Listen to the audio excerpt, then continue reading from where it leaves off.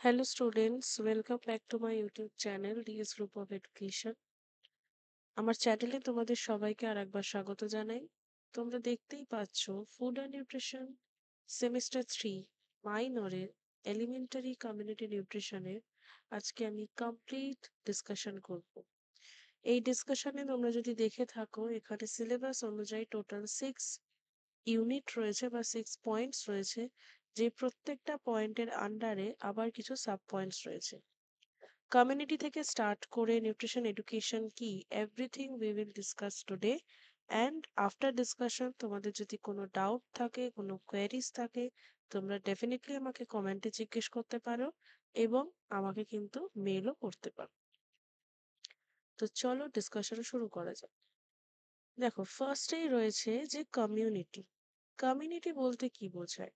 The term community may be defined in narrower sense as a group or collection of groups that inhabit in a limited geographical area and whose members live together in such a way that they share the basic conditions of a common life.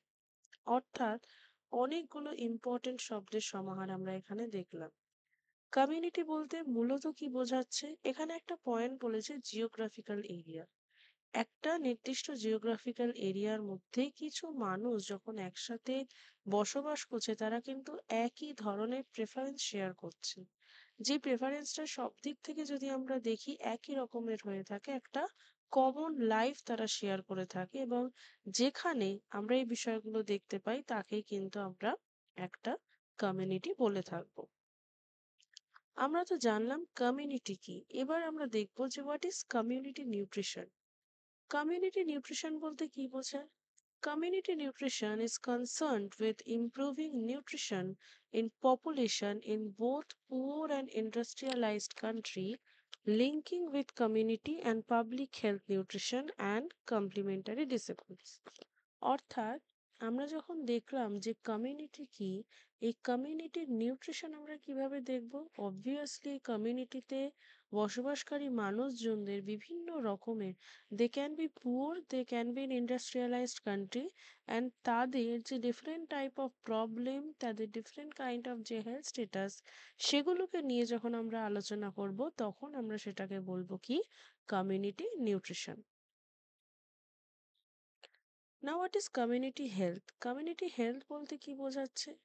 The term community health refers to the organization of an array and a range of promotive, preventive, and curative health services required at individual and community levels of the people living in a community.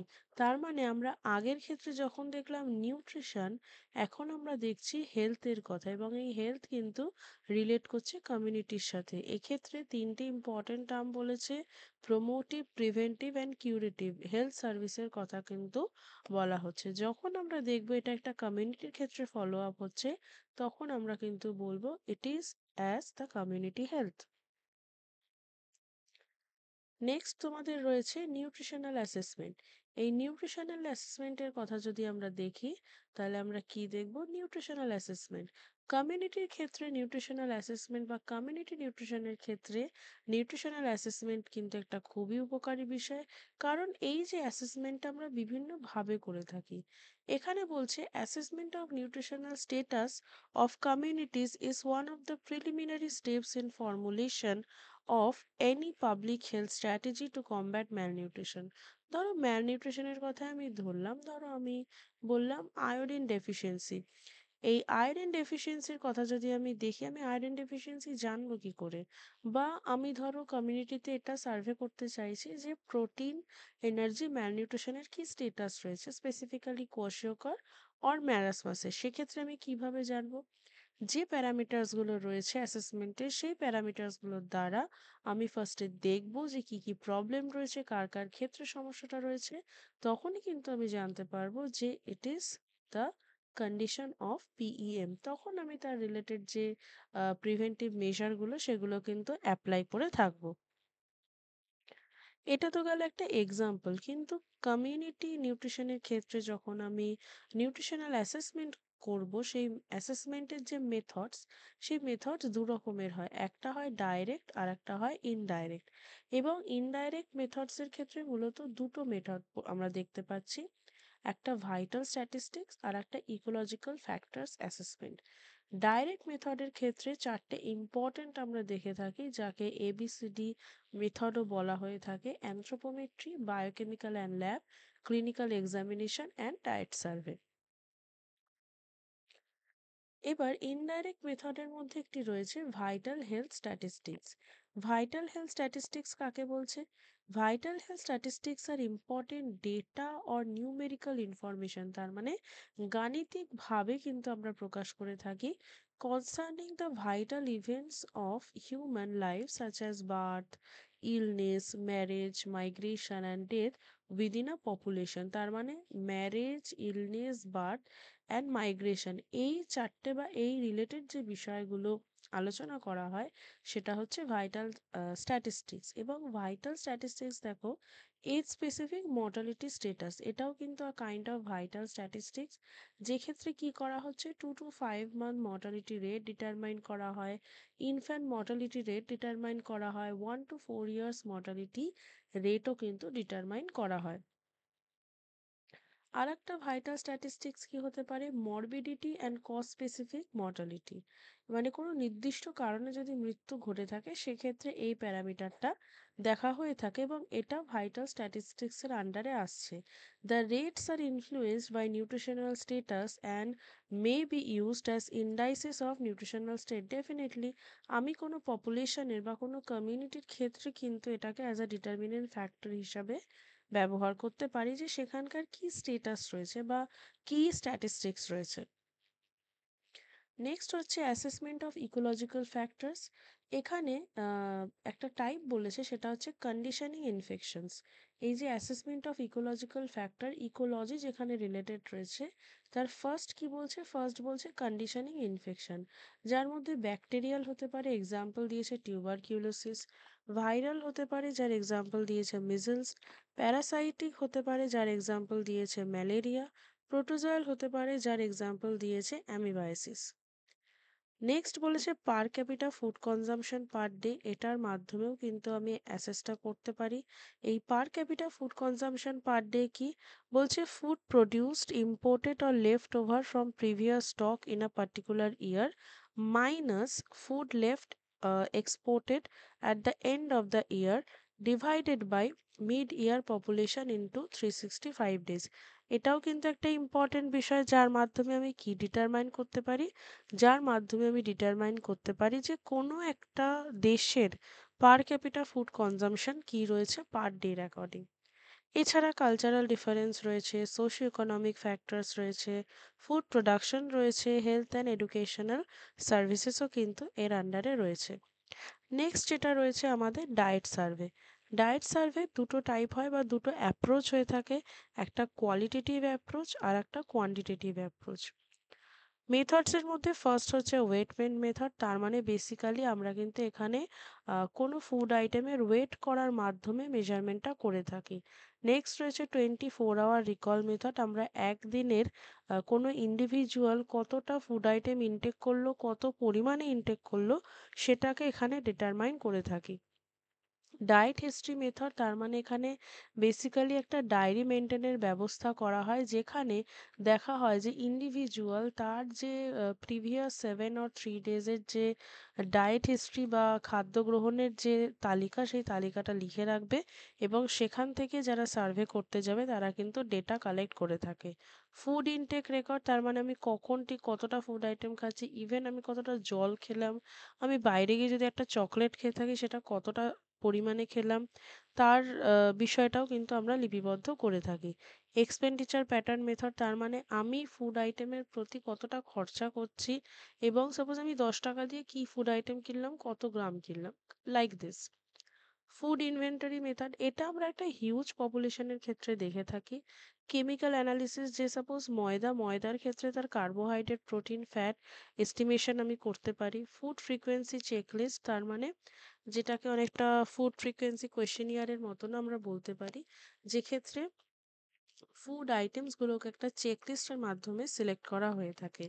Dietary score, এই স্কোরটা আমি নিজের মতন করেও দিতে পারি বা কোনো standardise বিষয়কে মেনটেন করেও কিন্তু এটা করে থাকতে পারি। এই সমস্তগুলো কিন্তু পড়ছে আমার ডায়েট সার্ভে মেথডসের মধ্যে। এবং আমি যদি দেখি এর মধ্যে সব থেকে প্রচলিত মেথড হচ্ছে ওয়েটম্যান method and 24 hour recall method.